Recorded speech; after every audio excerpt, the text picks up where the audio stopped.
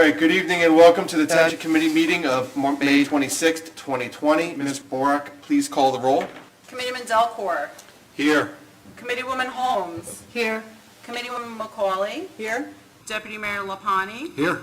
Mayor Thompson. Here. Administrator Ferreira. Here. Attorney Cruz. Here. Attorney Bernstein. Here. All right, great. Please join me in a salute to the flag.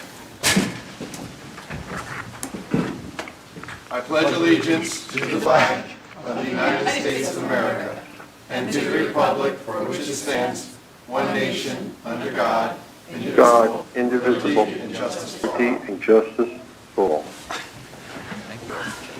Please be advised that in accordance with the Open Public Meeting Act notice, Open Public Meeting notice of this meeting was made by the posting on the bulletin board at the Hillsborough Township Municipal Complex and on the Township website, notifying the officially designated newspapers that this meeting would take place at the Hillsborough Township Municipal Complex at 7:30 p.m. on May 26, 2020. Members of the public may participate in the meeting via teleconference bridge by dialing in 888-204-5987 and entering access code 260-4706. This meeting is also being live streamed on the Township's YouTube channel, which I understand today we have down to about a 5 or 6 second delay.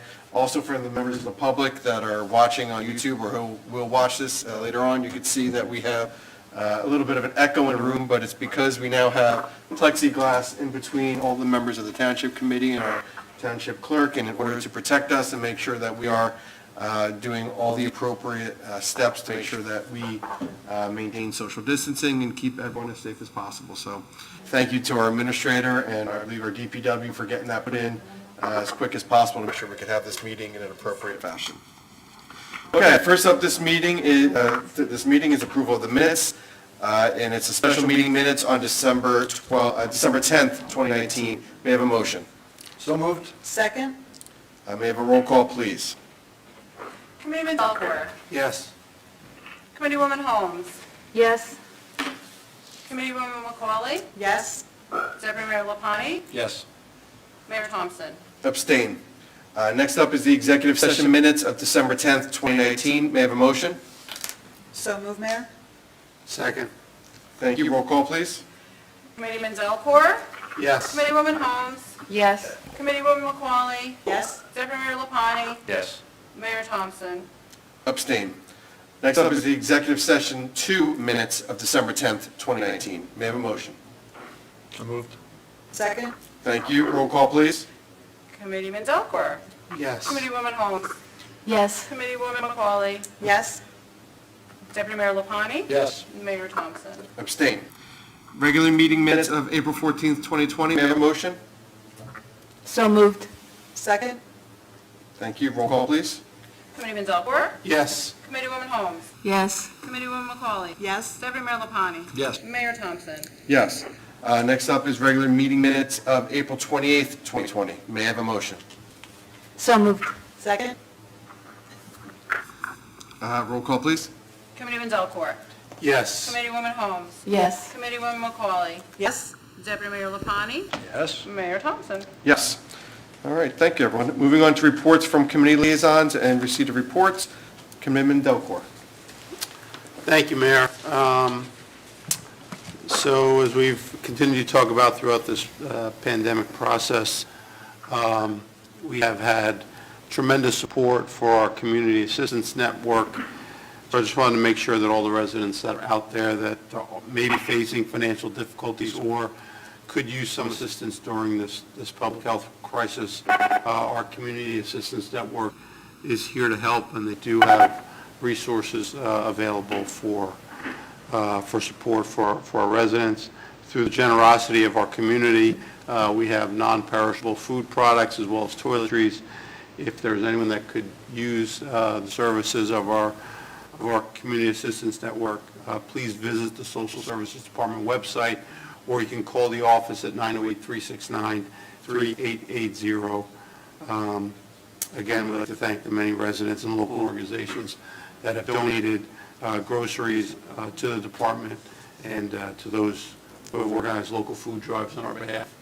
There is resources available. We We know this is challenging times for many of our residents, and just wanted to make sure they were aware that we do have support for them as needed. Also, Royce Brook Golf Course continues to partner with our social services in providing meals to a number of our seniors who are housebound with a limited capacity to obtain food amid the pandemic. So I would like to thank Royce Brook for working with social services to get those meals to our seniors that can't otherwise access the food that they need. As we are kind of down the home stretch of the school year, just a reminder, though, that the field hockey team at the high school has volunteered to provide tutoring services, read stories, or answer school-related questions to younger kids via email and Google Meet. The team is available to help out any grades from K through 8, and the team has girls who are skilled in math, science, history, and English. So if there's anyone interested in having the field hockey team help out with your children's schoolwork, please contact Heather Surachi at surachih, that's S-U-R-A-C-I-H, at htps.us. And thank you, Heather, for organizing that tutoring plan. From our health department, they continue to work incredibly difficult, challenging circumstances, as you can imagine, but there are some things that during this time we want to make sure we don't forget about. That includes making sure that pets are currently vaccinated against rabies, and of course that our dogs are licensed. It's springtime, and pets and wildlife have a better chance of coming in contact with each other this time of year.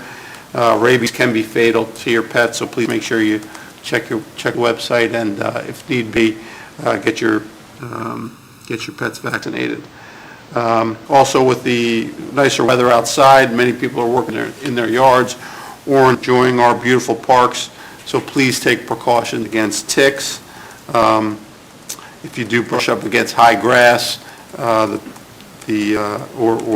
shrubs or trees, the ticks can hitch a ride directly onto your body and burrow into your skin. So, of course, they carry Lyme disease and other tick-borne diseases, so we want to make sure we're avoiding that as much as possible.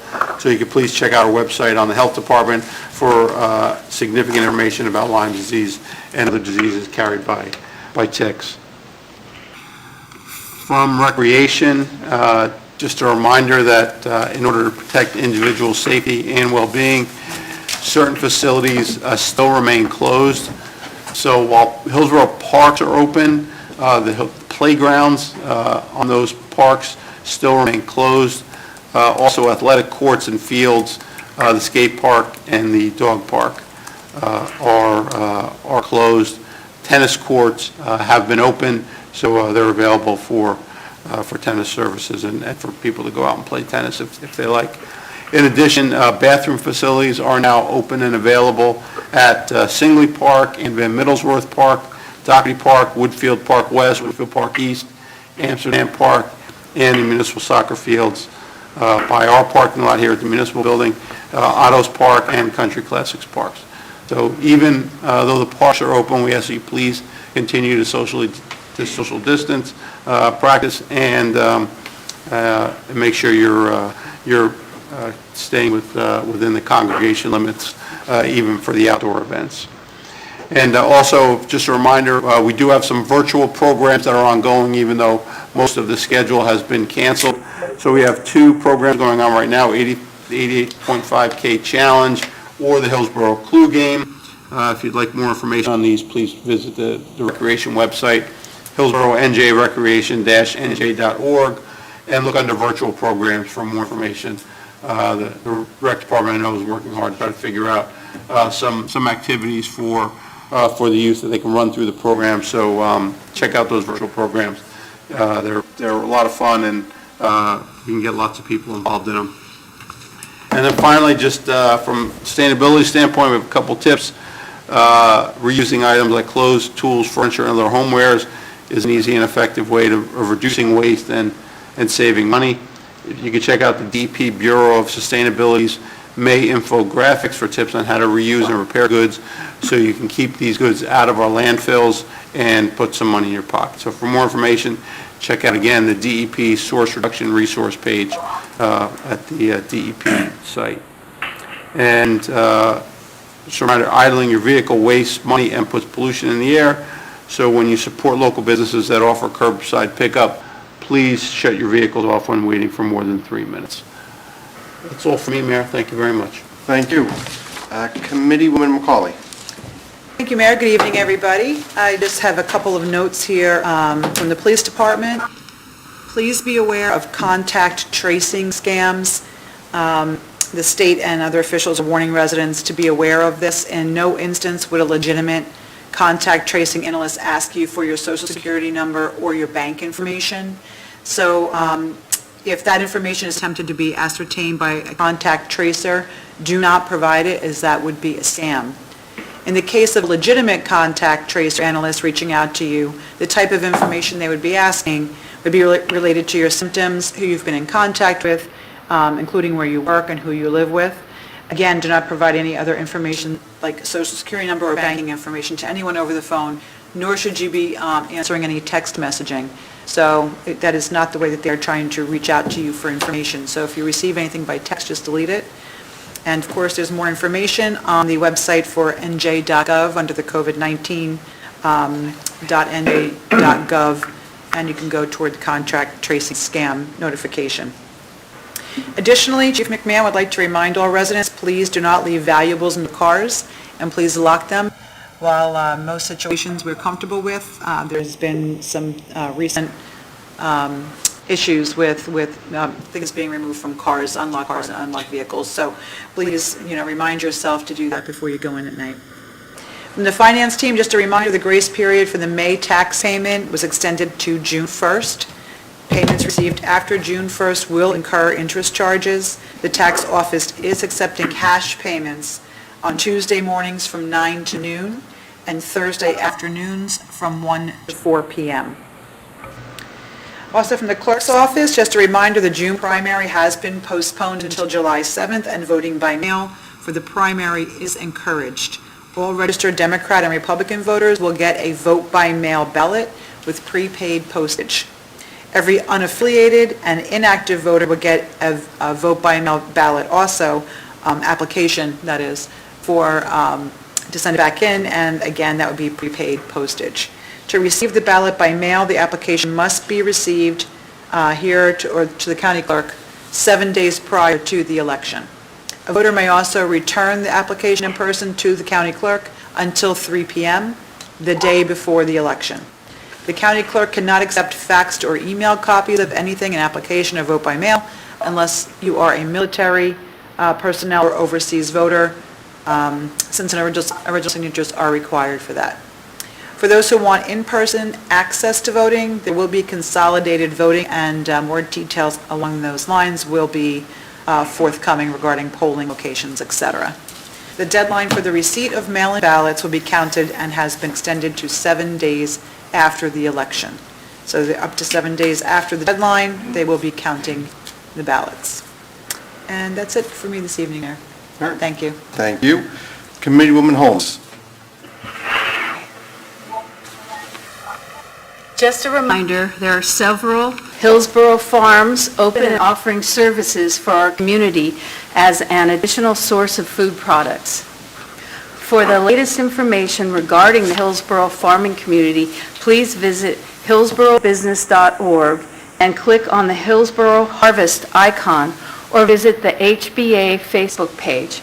I did this today just to see what farms were available. We're so lucky in Hillsborough to be able to get fresh vegetables, and there were quite a few, and it's easy to maneuver and find everything out, and they had telephone numbers for every farm stand so that you can call them and find out their hours. Just a reminder also that there is still time to complete your census. Tomorrow, Wednesday, May 27th, is a statewide Census Day of Action, and we are again asking everyone to help out.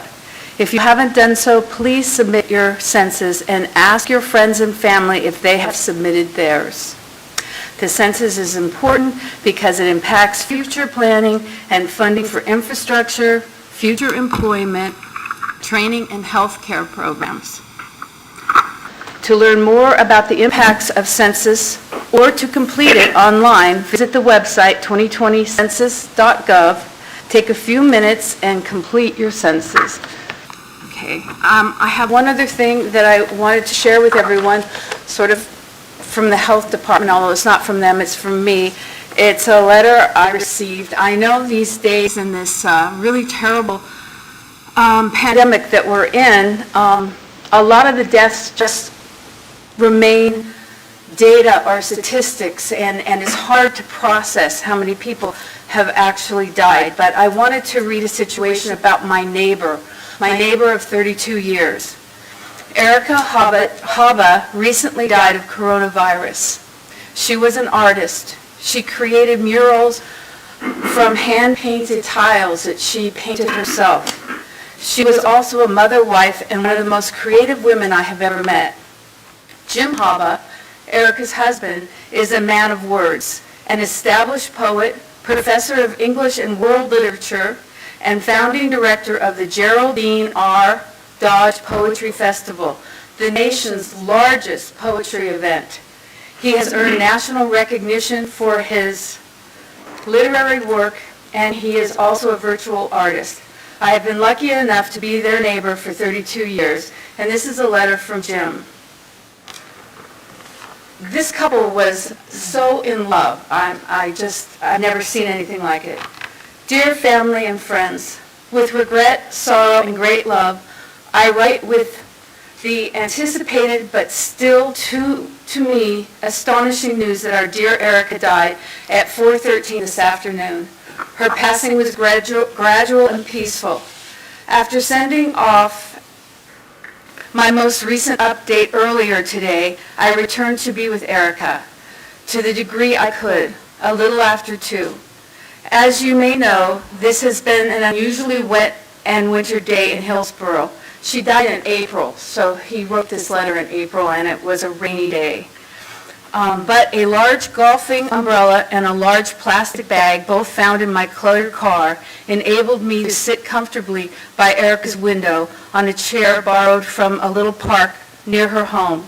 I could hear her labored breathing as I spoke through the window, but because her eyes remained closed, I thought I probably would never again be able to exchange a loving gaze with her when she amazingly, at that moment, opened her eyes and turned them towards me.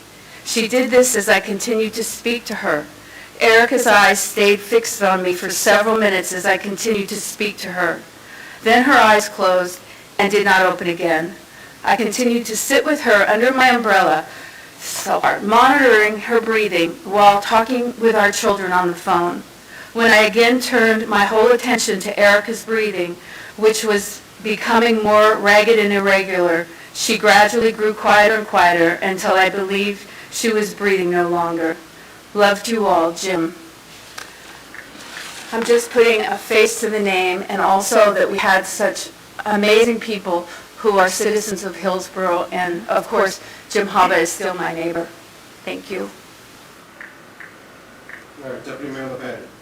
Thank you, Mayor. Nice letter Mr. Haba wrote. He's a customer, and I know him well. He's a good man. On a lighter note, during this time at the municipal building from the building department, obviously the building is closed to the public. In order to pay permits, the building department is accepting credit cards, payments over the phone. Once the application is processed, we will mail out the paperwork, and this will help cut back the delays.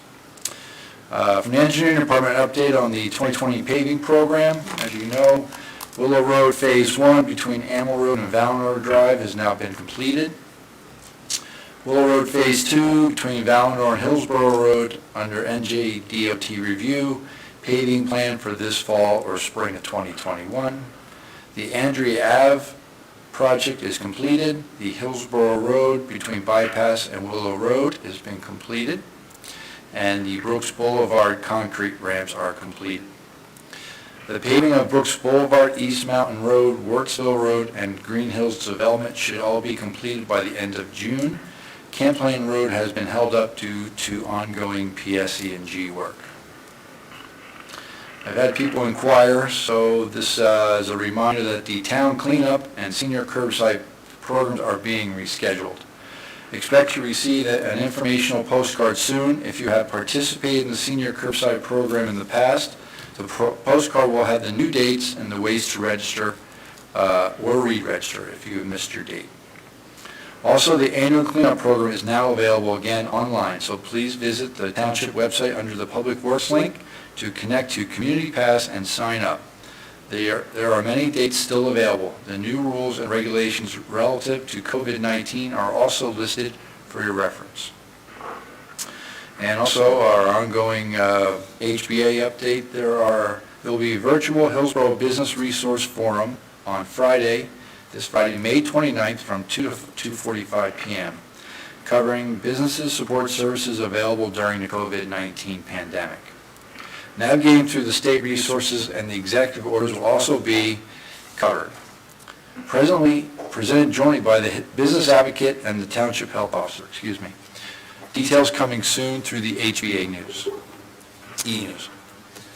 Please support local businesses by like and following the Hillsborough Business Association HBA Facebook page, where you can stay up to date with the latest offerings from Hillsborough businesses. The newest issues of Experience Hillsborough, Hillsborough Home for Business, and Takeout Tuesdays are posted on the Facebook page, #HBA Strong.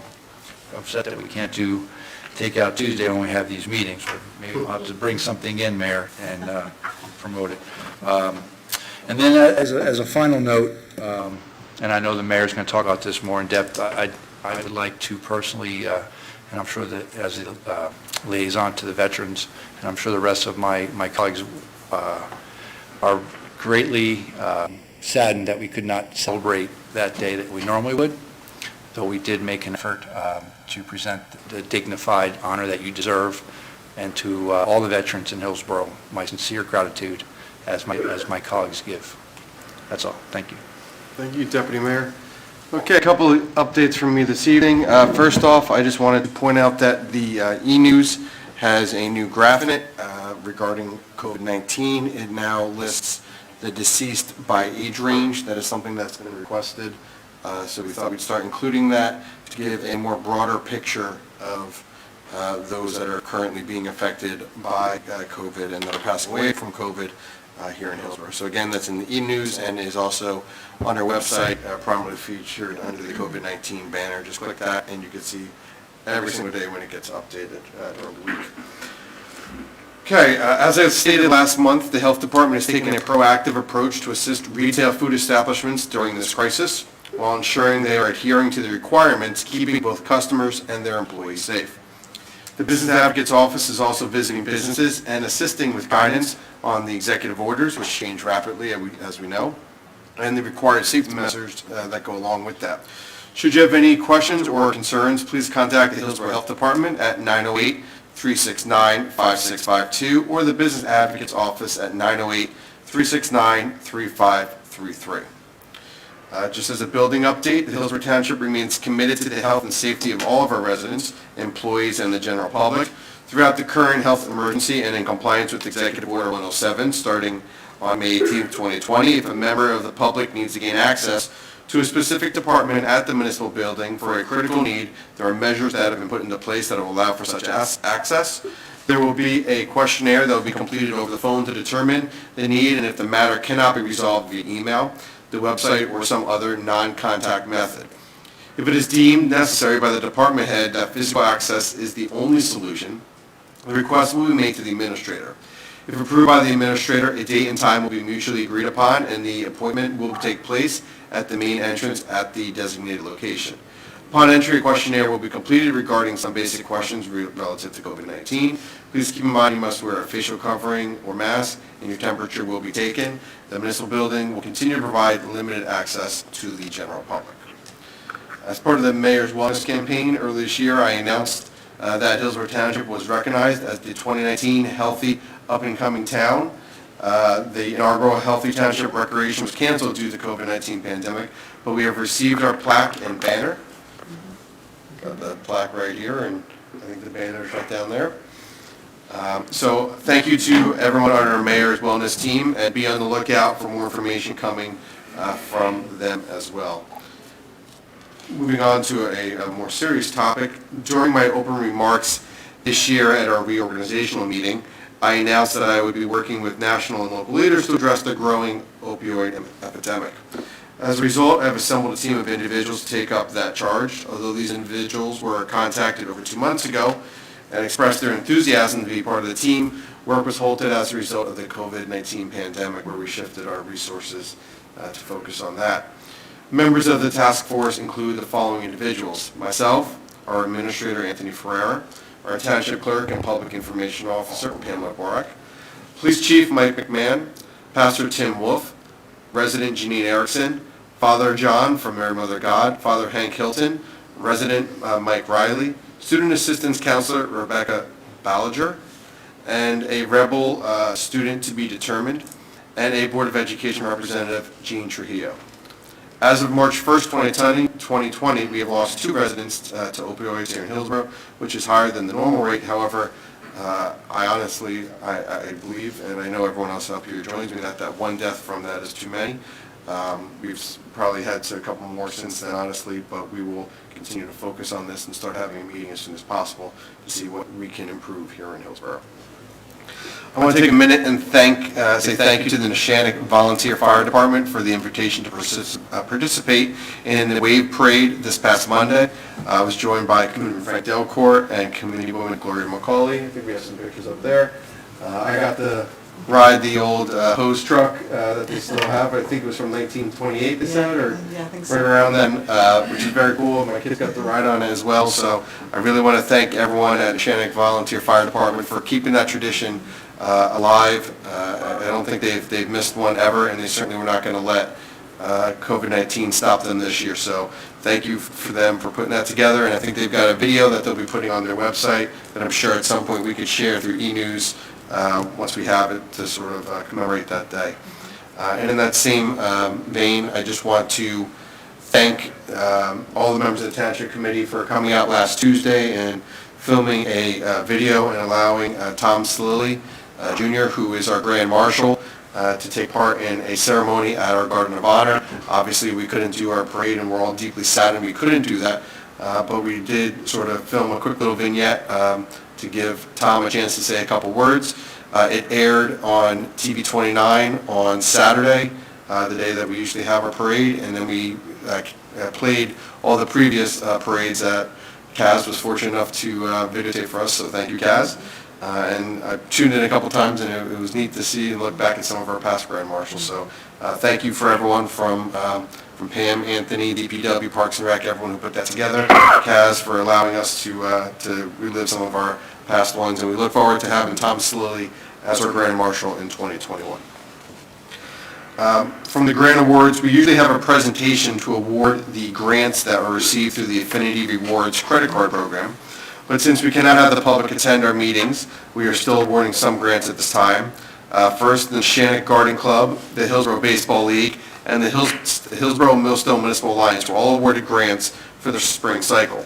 I'd like to note that at the present time, no one has been denied, but some applications were tabled by the advisory committee until fall. As always, you can stay connected with all events and more via the Friday e-news and Twitter. TV 29 and the Hillsborough YouTube channel showcase our meetings and the Hillsborough The Good Life episodes and Hillsborough alerts for traffic and emergency notifications. So we're going to move on to proclamations, and despite not being able to have any members of the public attend these meetings, we still want to bring forth awareness-related proclamations as appropriate. So first up this evening, one on gun violence. Every day, 100 Americans are killed by gun violence, and on average, there are nearly 13,000 gun homicides every year. Americans are 25 times more likely to be killed with guns than people in other high-income countries. Protecting public safety in the communities they serve is the mayor's highest responsibility. Support for the Second Amendment rights of law-abiding citizens goes hand in hand with keeping guns away from people with dangerous histories. Mayors and law enforcement officials know their community best, are the most familiar with local criminal activity and how to address it, and are best positioned to understand how to keep their citizens safe. In January 2013, Hadiah Pendleton, a teenager who marched in President Obama's second inaugural parade and was tragically shot and killed just weeks later, should now be celebrating her 22nd birthday. A national coalition of organizations has designated June 5th, 2020, the first Friday in June, as the 6th National Gun Violence Awareness Day. By wearing orange, a color that symbolizes the value of human life, Americans can raise awareness about gun violence and honor the lives of gun violence victims and survivors. Now therefore be it proclaimed that we, the mayor of the town, and mayor and Hillsborough Township Committee hereby renew our commitment to reduce gun violence and pledge to do all we can to keep firearms out of the wrong hands and encourage responsible gun ownership to help keep our children safe. Be it further proclaimed that we, the mayor and the Hillsborough Township Committee hereby declare June 5th, 2020 to be the National Gun Violence Awareness Day and encourage all citizens to support their local community's efforts to prevent the tragic effects of gun violence and to honor the value of human lives. I believe Ms. Heather Larico, wow, wish to comment. If you could mute your phones, except Heather, if she could All say. participants are now in interactive talk mode. Heather, I believe you're on the line. Hi, yes, thank you very much. Thank you to Mayor Thompson, the Township Committee, and Township Administrator Ferrara for their support for National Gun Violence Awareness Day. I encourage all residents of Hillsborough to wear orange on June 5th to honor and support both the victims and the survivors of gun violence, to raise awareness about gun violence, and encourage responsible gun ownership to keep our children safe. Please visit wearorange.org for more information about virtual events that will be occurring throughout the weekend of June 5th. Thank you again for doing this. Thank you, Heather, and thank you for bringing this to our attention and working with Administrator Ferrara to make this get onto our agenda this year so we can again acknowledge June 5th as National Gun Violence Awareness Day. So thank you. We appreciate it. All participants are now in listen-only mode. At this time, we're going to be moving on to new business. As mentioned in the past, we received emails. I'm going to ask our Township Clerk, Pamela Borak, to read any of the emails that we received, and we can answer any of the questions, and then we will go to the telephone. So, Pam, did we receive any communications regarding business that is not on the agenda this evening? Yes, I have an email from Meryl Bisberg from 4 Hickory Hill Road. For the last 3 meetings, the full agenda packet with links to the bill list, introduced ordinances, consent agenda, past minutes, etc., has not been made available to the public until late afternoon or even evening of the day of the meeting. Up until then, we've had only 1 or 2 page agenda available. It has been asked many times on the community forum and at the microphone to be more transparent and distribute the full agenda packet at least 24 hours, if not 4 to 5 days ahead. While we understand a few of the items on the agenda may be added or changed until right before the meeting, having no documentation at all until an hour before the meeting makes it impossible to review before the meeting and make public comment. Tonight's package is over 100 pages. Why can't the draft version be posted by Friday before, when the whole committee gets it anyway? Why can't it at least be posted the night before? Okay. Did you have any comments? Well, we post the agenda as required by law 48 hours in advance of the meeting. Prior to the meeting, the full packet is uploaded once everything is finalized. When we were meeting physically here, the packets weren't available until 7 o'clock. So actually, this electronic method is giving the documents in a more advanced time than before. And I agree, yes, it's a couple hours or an hour or 2, but it's still better than when we were physically meeting. Okay. Shall I continue? Yeah, please. Okay. The next question, will you start posting bill lists in their own section the way you do introduced ordinances so that we don't have to fish through meeting agendas to find them later? The answer to that is on the public portal. If you're on the website, the township website, on the left-hand side is a calendar. You could click the meeting.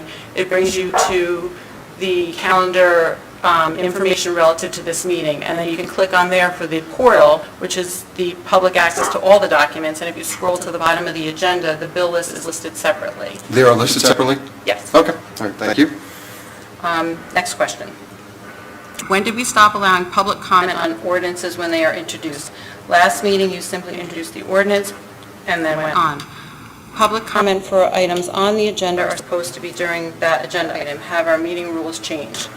The answer to that is no, the meeting rules have not changed. We were advised by our township attorney that the public portion for that is not necessary. It is only for when the public hearing is. You don't need to have comments on an introduced ordinance because you're just reading the title and introducing it. Okay, thank you. Next question. Are you going to consider another method for these meetings so it isn't so difficult for someone to make public comments during meeting?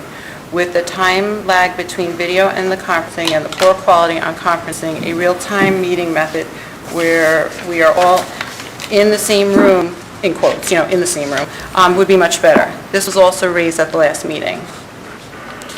So I'll just mention two things about that real quick. One, we were able to get the lag time, if you will, down to, I think Kaz, you said 5 seconds.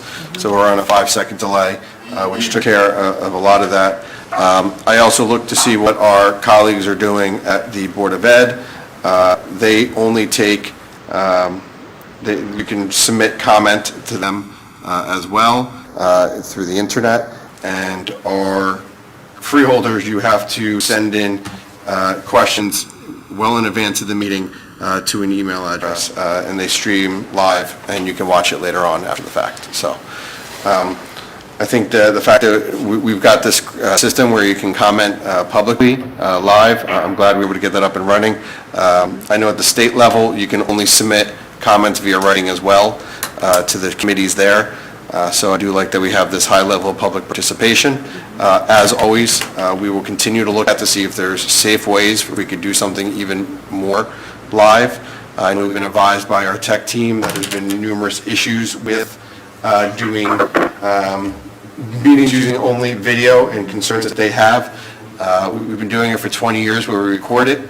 And guys, I think you might have been here that whole time, I'm not sure. And I know we do it in high def, and we got it down to 5 seconds. So I want to thank our team for getting it into that position, so I appreciate it. Thank you. Do we have any other comments that were submitted? Yes, but relative to items on the agenda, so I'll save that. Okay, great. At this time, I'm going to ask if we could unmute the line. If you have a comment, if you could state your name and then say your address for the record. And again, it's for comments. All participants are now in interactive talk mode.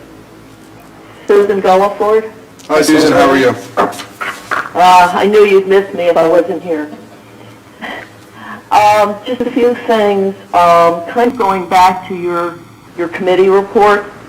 I did want to compliment Kathy Farber, I think is her name. Kathy Farber. And Griffin Dunn on the work they did on the slideshow for the Memorial Day presentation. They really did a nice job on that. My compliments. Even though I was the original photographer, they really did a nice job on it. No, we thank you for your photos, and we agree. They did a fantastic job. I think there was a lot of hands. I know they put a lot of work in on it because I was getting emails with questions. Secondly, your addition on the COVID age range. Yes. I just want to add on that that I don't want residents to become complacent if their age range isn't sadly represented in that it's not just because one age range has more that it's only them, so to speak. That's an important point to make. Obviously, anyone who pays attention to the news knows that this disease is particularly gruesome to individuals at a higher age range. That being said, there has been numerous children, teens, people in their 20s, et cetera, who have become sick and passed away, or will now have very tough roads ahead of them as they recover. So that is an important point. It was more provided to give the full picture of what we're seeing day in and day out here in the borough. But again, good point. Thank you. Okay, and the other thing, Mr. Delcourt mentioned the rabies vaccines. People with dogs may have to make an extra effort for that. My own veterinarian, for example, is trying to get us to hold off on some of the shots and things because they're so backed up, but you may have to persist with that a little bit to make sure your animals are up to date. Thank you. Thank you for your comments. Is there anyone else? Janine Erickson. Oh, okay. Hi, Janine. Hi, Janine Erickson, 37 Murray Drive. I wanted to stop in tonight and say that I'm a member of the Economic and Business Development Commission and the Task Force to Reopen Hillsborough. I wanted to let our business community know that we are here to help them navigate the ever-changing conditions for reopening safely. Many EBDC members are also Hillsborough business owners that are currently impacted by the COVID-19 situation and are thus very interested in reopening their businesses as well. We value our business community and will help wherever possible once given the green light to open again. So we ask that business and residents refer to the HBA website and the HBA Facebook page for up-to-date business information. We're in the process of evaluating the annual restaurant week, so we're posting information with regard to that. And we just remind our residents to patronize their restaurant community during Takeout Tuesday every week. And that was it. So thank you for the time. Thank you. Great reminders, as always. I know David Coyce, our business advocate, has been working diligently. We're trying to get out and talk to as many businesses as possible to make sure they're ready. That's kind of the genesis behind the Reopen Hillsborough Task Force. It's just what steps can we provide to make it easier for businesses to get back to whatever the new normal is, and that includes restaurants and the like of what we're going to be doing in the next couple of weeks. So I appreciate that, and I agree. Everyone should visit, including business owners, should go to our HBA website. A ton of information on there, including what restaurants are open for Takeout Tuesday. So again, thank you. Thank you. Is there anyone else on the line to make comments on agenda items not on the agenda this evening? Yes. My name's David Brook. I'm at 7 Winding Way. I heard a bit of a comment, although I didn't hear all of it, on discussing changing the way that the Township Committee meetings are held to allow for better public participation. I think it was the mayor, but unfortunately I couldn't hear because of the delay, mentioning something about the Board of Ed and the freeholders. What I'm asking is if you have looked at what the other towns are doing in Somerset County to increase governmental transparency during this time when the public's not allowed to physically be at our meetings of the Township Committee. 2 weeks ago, I asked you to discuss changing the forum from a not-so-live YouTube with the time delay and the telephone comments to a more interactive and private way, and also a synchronous way. And I hear you've not chosen to do that. I just wanted to fill in the record a little bit. As I know you know, there's 21 municipalities in Somerset County. And I did a little survey. At least 16 of our fellow municipalities are using Zoom or RingCentral or WebEx or GoToMeeting, all simultaneous video sound. So the majority of our municipalities in Somerset County are using interactive video to encourage the public to participate. And I, again, do not understand why you have chosen to keep Hillsborough residents using dinosaur technology at the meetings. One more thing. Our own Hillsborough Municipal Court is using Google Meet. And I'm told that it's working fantastically because it allows for the judge and all the parties and attorneys to speak and actively participate in all of the proceedings. And that's what I think is what we need. we need to be able to actively participate in the proceedings. And what we have set up right now doesn't do that. By the way, also, Google Meet is totally free. So I can't get an explanation from anybody why we wouldn't use it if it's free. So I still find it a bit of mystery why you folks, as another arm of Hillsborough's government, in theory, the leaders of the township, would not adopt this much better and free technology to involve the public, right? So if we want to encourage governmental transparency, then we must provide the public with the full ability to actively participate. And I hope this isn't taken the wrong way, but we have what I would call an antiquated system with this YouTube and telephone because it really fails to allow for that. And I really would ask that you please consider making the change to encourage greater governmental transparency by adopting one of these much more vibrant technologies. Thank you. I'd love to hear your thoughts. Thank you for your comments. I will say that I've served on this committee for several years now, and I didn't turn to any of my colleagues. I will tell you that there's been more participation via phone than we've had ever in the past. So the idea to say that there's not a level of transparency is quite frankly insulting, because I know that you just got to comment on matters not on the agenda. So certainly the public is being respected and allowed to speak at all of our meetings. As far as whether or not how many towns are currently using Zoom, I will take you for your word. However, I can have our team look at that. I don't mind doing that. I was advised by our tech team that there's numerous issues that are going on with other municipalities that have been using it. And I take their advice. That's why we have professionals. But each and every day we find new ways on how we can make it better. Like now, there's only a 5-second delay on the video. It was longer. We acknowledge that. We were able to fix that. So again, I appreciate your comments and we'll continue to make things better here every single day. So thank you. Is there any other comments from individuals on the line? Yeah, there's one other question that I have, David Brook.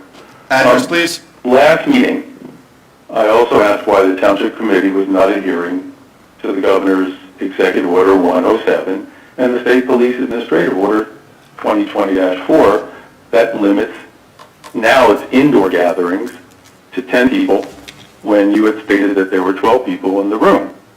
Now, Mayor Thompson, you spoke and asked me if I was aware of the quote-unquote exemptions to the executive order, and I asked what exemption. You did not answer. So, Mayor Thompson, after the meeting, did you have a chance to discuss this issue with the township attorney or the state police or the governor's office or whoever as to what possible exemption might exist, since my check with the governor's office and a few other places indicates there are no exemptions? And I guess I have to ask, can you explain what you found out, if it's any different, and if you will now limit township committee meetings to 10 people in conformance with the governor's executive order 107, simply because I think I want to just clarify that. And also I want to thank you for your interest in helping to follow the best practices to protect yourselves and the public from the coronavirus. Well, as you know, the exemption for essential services was one of the exemption areas. Government is an essential service, and that was basically what we heard back from our attorney. But there's only 10 people. Is that there? Government is an essential service, yes.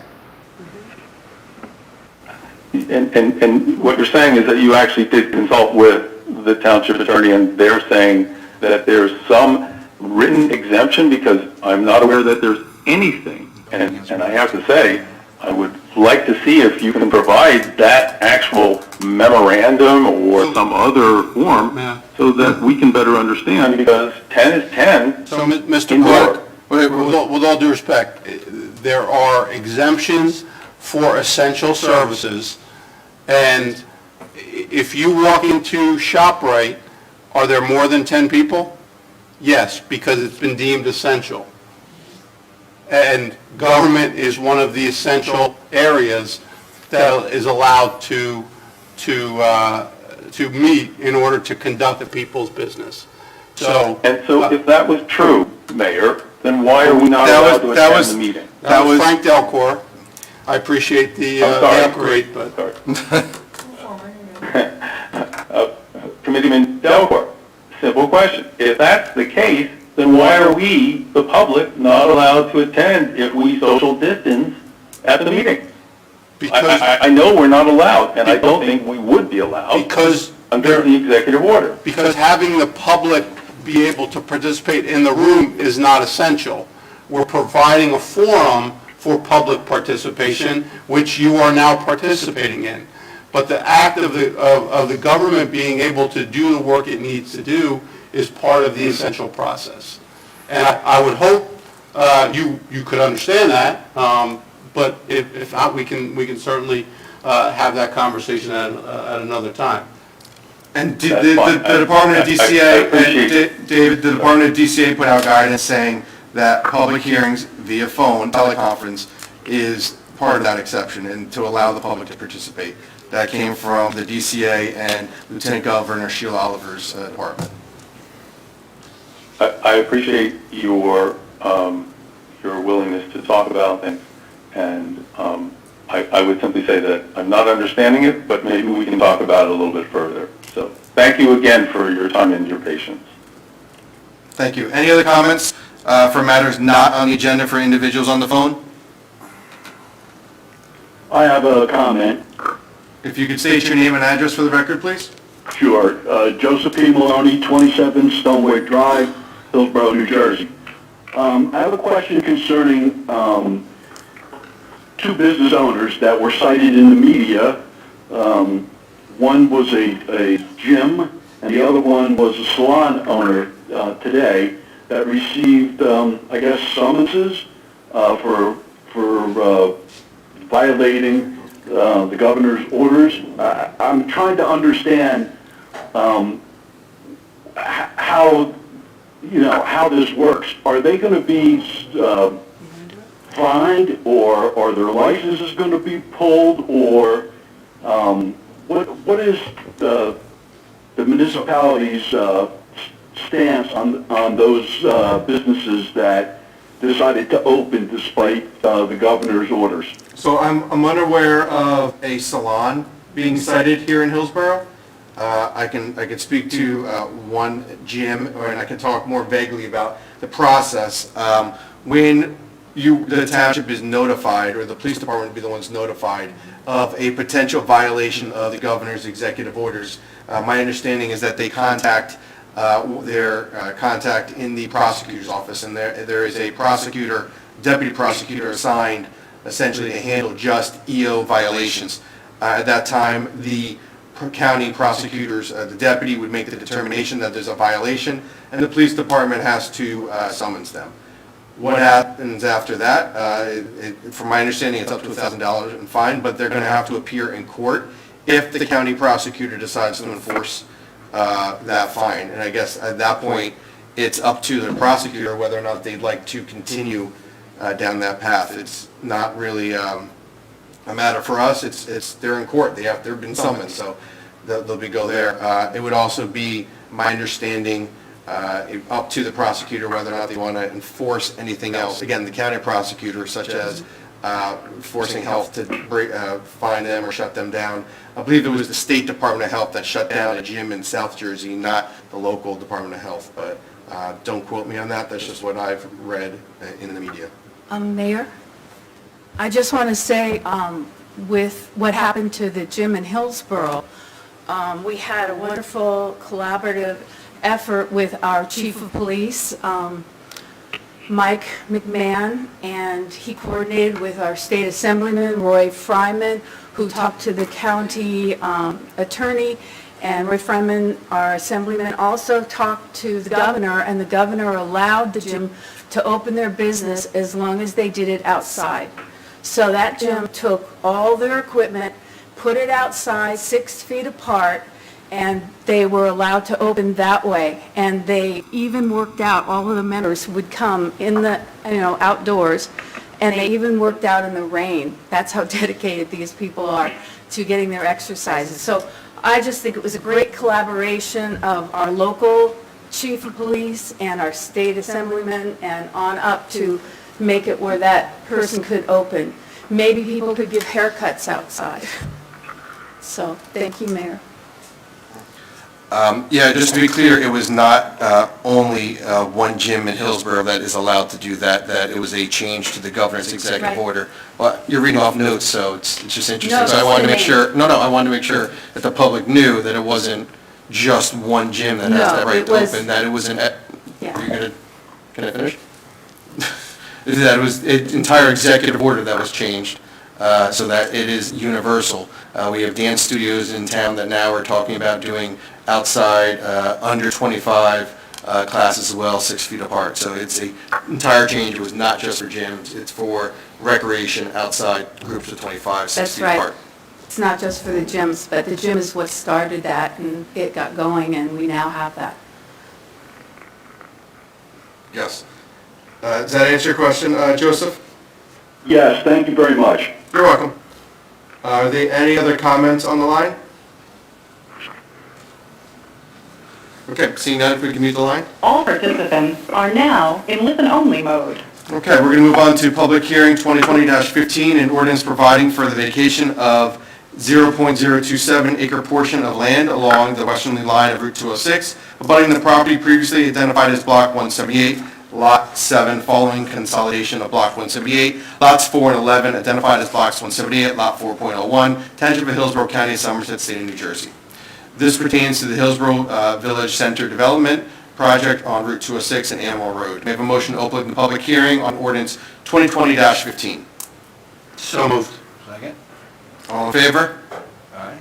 Any opposed? Seeing none, is there any discussion from the dais? Seeing none, is there any emails that we received? Yes. Okay. Susan Gulliford, 7 Hunt Club Road.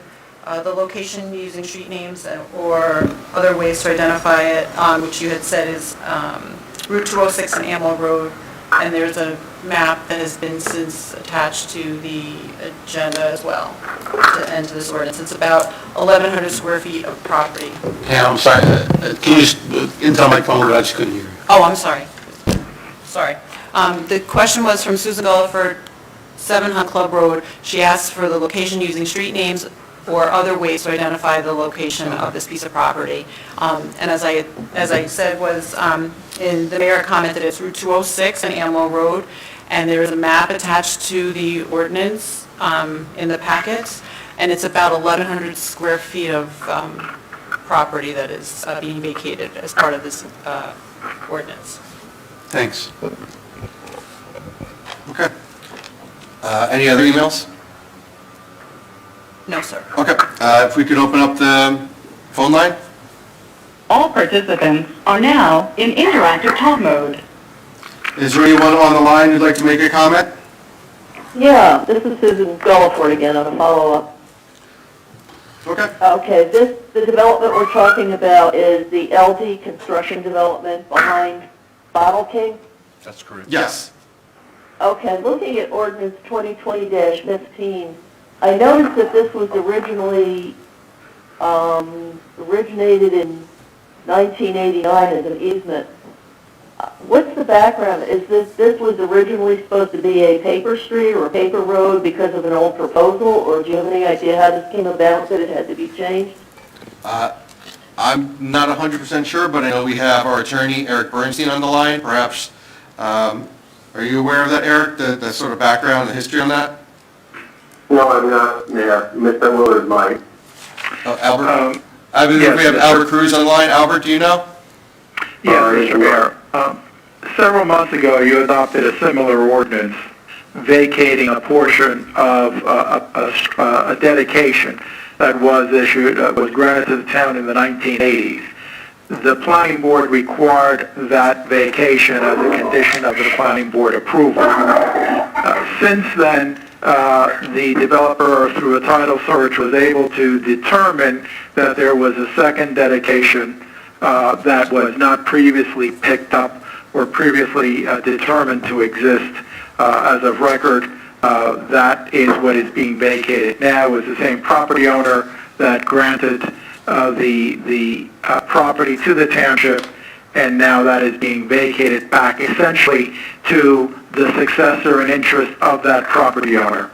So it really parallels an action you took several months ago to vacate another portion that had been dedicated to the township. Okay, does that answer your question, Susan? Yeah, so LD Construction is the successor in interest, Mr. Cruz? Yes. Okay, so there was nobody in the middle. Okay, that was my question. Thank you. Thank you, Susan. Any other comments on the line? Seeing none, if we can mute the line, All please. participants are now in listen-only mode. May I have a motion to close the public hearing and adopt ordinance 2020-15? So moved. Thank you. May I have a second? Second. Thank you. Roll call, please. Committeeman Delport. Yes. Committeewoman Holmes. Yes. Committeewoman McCauley. Yes. Deputy Mayor LaPlante. Yes. Mayor Thompson. Yes. Moving on to introduction of new ordinances this evening is 2020-17, an ordinance amending Chapter 188 of the Code of the Township of Hillsborough by adding Section 113.9, Roycebrook Plan Residential District, for the consideration of public hearing to be held on July 14th, 2020. The proposed ordinance would rezone the Roycebrook Golf Course from its current designation as a CDZ Corporate Development and 05 Office/Research to a new zoning district to be known as the Roycebrook Plan Residential District. More specifically, the new zone would apply to Lot 38.01 in Block 183 and Lot 1 in Block 183.01, which together total 436 acres. The tract is bounded by Sunnymead Road, Hamilton Road, and Millstone River Road on the west, south, and east respectively, and Sacred Heart Cemetery and Central Jersey Airport to the north. The purpose of the Roycebrook Planned Residential District is to permit a comprehensively designed golf course community with a predetermined affordable housing contribution. To that end, the district would permit a mix of residential uses and golf course-related uses as follows. Up to 180 detached single-family homes with a minimum lot size of 6,000 square feet and a maximum tract size of 180 acres. The district would be subject to an affordable housing fee in the amount of $120,000 per unit, equal to 24% of the total number of market rate units to be paid into the township's Affordable Housing Trust Fund.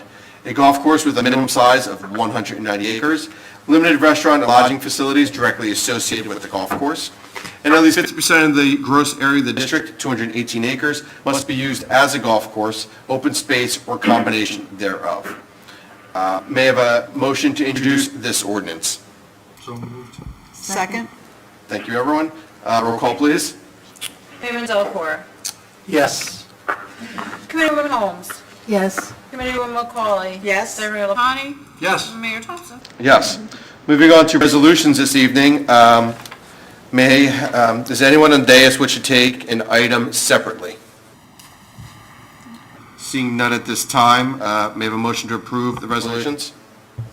So moved. Thank you. Second? Thank you. Comments from the dais? I have one, Mayor. On the resolution, obviously number 7 and 6, it's our ongoing for the street sweeper and the trailer-mounted, emulsion-mounted, as for blacktop and tar, it's our ongoing commitment to the roads project that we've started our bonding for. This is a way to maintain the streets and also prepare the streets to be done properly.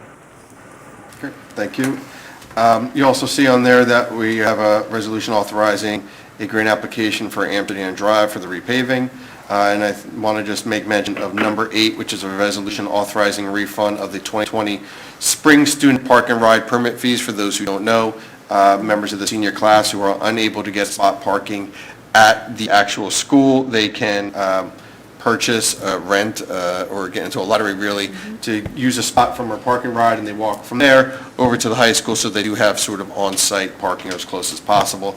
Obviously, a lot of seniors in the class of 2020 really have received a raw deal this year, so we thought it was best if we could refund their money so that way they have it back in their pockets. It's just the right thing to do. With that, any other comments from the dais? Seeing none, if we could open up the line? Mayor. Yeah, Mayor, I have email. some email on that. Oh, you have emails, I apologize. That's okay. If we could go to the emails first, and then we'll go to the bridge. Susan Gulliford, 7 Hun Club Road, for number 3, the resolution regarding the Amsterdam project. It is Millstone River Road, it's Amsterdam Road that is Phase 1, from Millstone River Road to Vliet. So it's the southern section of Amsterdam Road. So that should hopefully answer that question. And regarding question, resolution number 8, how much is the student park and ride fee that is being reimbursed? It's $25 per pass to park at our park and ride. Okay. Great. All right, if we could open up the bridge? All participants are now in interactive talk mode. Are there any comments on any of the resolutions? I had a little, hi, Susan, I had a little trouble understanding Pam on that. Did she say $25 per student is being reimbursed? Yes. Okay, thank you. You're welcome. Any other comments? Seeing none, if we could close the bridge? All participants are now in listen-only mode. All right, roll call, please. Committeeman Delcor. Yes. Committeewoman Holmes. Yes. Committeewoman McCauley. Yes? Deputy Mayor Lapani. Yes. Mayor Thompson. Yes. All right, may I have a motion to approve claim list 2020-10? So moved, Mayor. Thank you. Second. Second, any comments from the dais? Comments from the floor? So any comments from there? Any comment, if we could open up the bridge? All participants are now in interactive talk mode. Any comments from any individual on the call? Seeing none, if we could close the All bridge and move participants to are roll call. now in listen-only mode. Committeeman Delcor. Yes. Committeewoman Holmes. Yes. Committeewoman McCauley. Yes? Deputy Mayor Lapani. Yes. Mayor Thompson. Yes. May I have a motion to adjourn? So moved. Thank you. Second. Second, all in favor? Aye. Aye, any opposed? We are adjourned. Thank you, everyone.